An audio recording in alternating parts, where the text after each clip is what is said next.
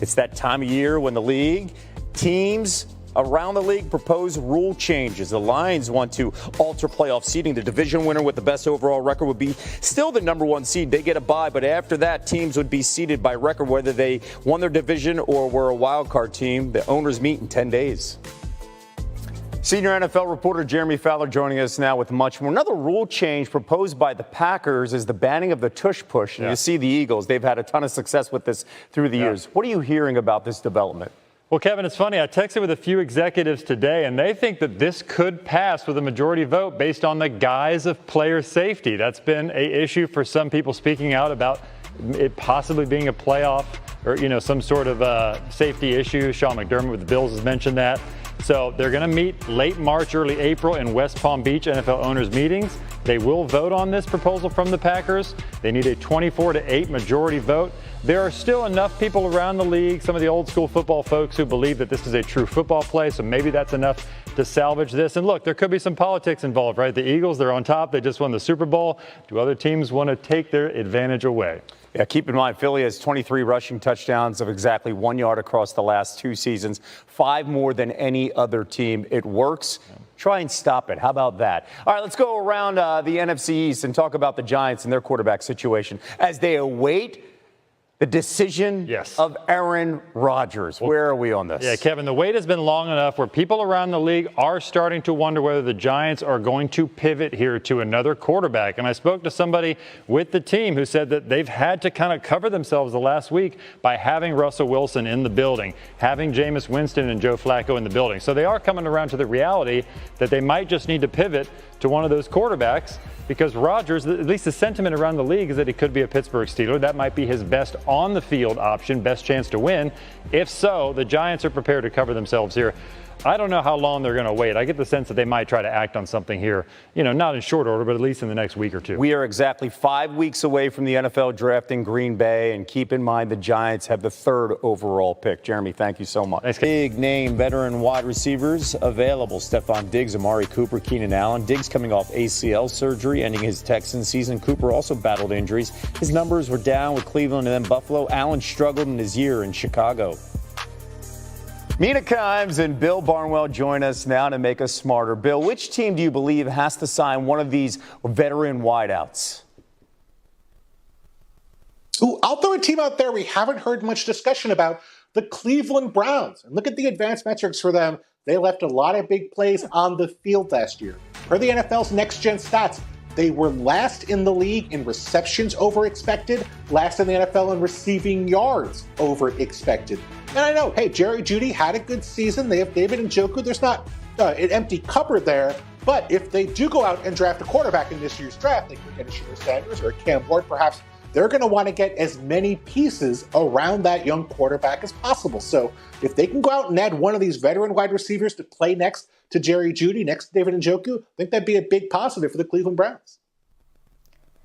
I'll go with the more obvious choice here, the New England Patriots, who had one of the worst receiving groups in football last year and are basically running it back. They did add Mac Hollins, which was an addition I actually quietly liked under the radar. And they tried, by the way, to sign receivers, reportedly wanted Chris Godwin. He goes back to Tampa. And I wouldn't be surprised if they continue attacking the position in the draft. That said, I would like another veteran and a player who we talked about earlier today, Bill and I, Stefon Diggs. I thought before he was injured last year, was really efficient in Houston, particularly working those short and intermediate parts of the field. I think he would be a friendly target to Drake May, so I would like signing him in addition to looking to add speed and size in the draft. Yeah, and the Patriots, by the way, currently have $84 million in cap space. That is the most in the NFL. So teams could still spend a ton of money. There's plenty of accomplished free agents still out there, Mina. Which available player intrigues you the most right now? Yeah, a name that I'm surprised hasn't been signed, Asante Samuel Jr., the young cornerback from the LA Chargers, starting with the fact that he is only 25 years old. Coming off of a down season, he was injured, but is only a year removed from, I thought, a couple of years of quality cornerback play. Team that plays a lot of zone, maybe is looking for a corner with some inside-outside versatility and ball production. Could get that in Samuel Jr. I would like to bet on him having a bounce-back career, especially because he is so young. Yeah, we've seen so many teams target these young players early in free agency. The oldest player in free agency is still out there, and that's Aaron Rodgers. And I know it's Aaron Rodgers. We talk a lot about Aaron Rodgers on here, but at the end of the day, if there is a player who can single-handedly swing your franchise, maybe several games to the negative, but also potentially several games to the positive, it is a quarterback, and it is Aaron Rodgers. Over the last 10 games for the Jets, 18 touchdowns, just 4 picks for Aaron Rodgers, the guy with the best interception rate in the history of the National Football League. There's fits here with the Pittsburgh Steelers, who love to have quarterbacks who rely on protecting the football, and with the Giants, where Brian Dable has done excellent work getting the most out of guys like Daniel Jones, who people didn't really seem to believe in when he got there in New York. So I know it's Aaron Rodgers. We don't know if he's going to be the guy from 5 or 6 years ago, but in terms of the guys who are left, I think he can make the biggest difference versus the guys who are still out there. Guys, it is March 20th, and I think I'm going to say this on a lot of sports centers. If we get any news on Aaron Rodgers, we'll bring it to you right here as the entire league seems to be waiting with bated breath. Mina Kimes, Bill Barnwell, we appreciate you. Which means he fades his own pick, so when he gets it right, he's like, oh, shut up, Barry, don't tell my secrets. I had this and had that. I was right, as we are still waiting in Pittsburgh for Aaron Rodgers to decide on what he's going to do. Jeremy Fowler with us, Bill Barnwell. Also, Jeremy, I want to start with you on this because, again, we are still waiting. What's the latest? The latest is the Pittsburgh Steelers are prepared to wait. That's what I'm hearing, that they seem to be out of the two teams, the Steelers and the New York Giants, that have standing offers out to Aaron Rodgers, that they're willing to wait this out. He is their primary option right now. Of course, they have Russell Wilson. There doesn't seem to be a lot of momentum for those two to reunite at this point. But Wilson does see the Giants as a viable option. So something has to shake with Rodgers making a decision. This is his first foray into free agency in 20 years. So no one truly knows what to expect. But the question is, does he wait out the Vikings, who are going to sort of go with J.J. McCarthy right now as a QB1 this offseason? Maybe they revisit Rodgers in the summer, but would he wait that long? Who knows?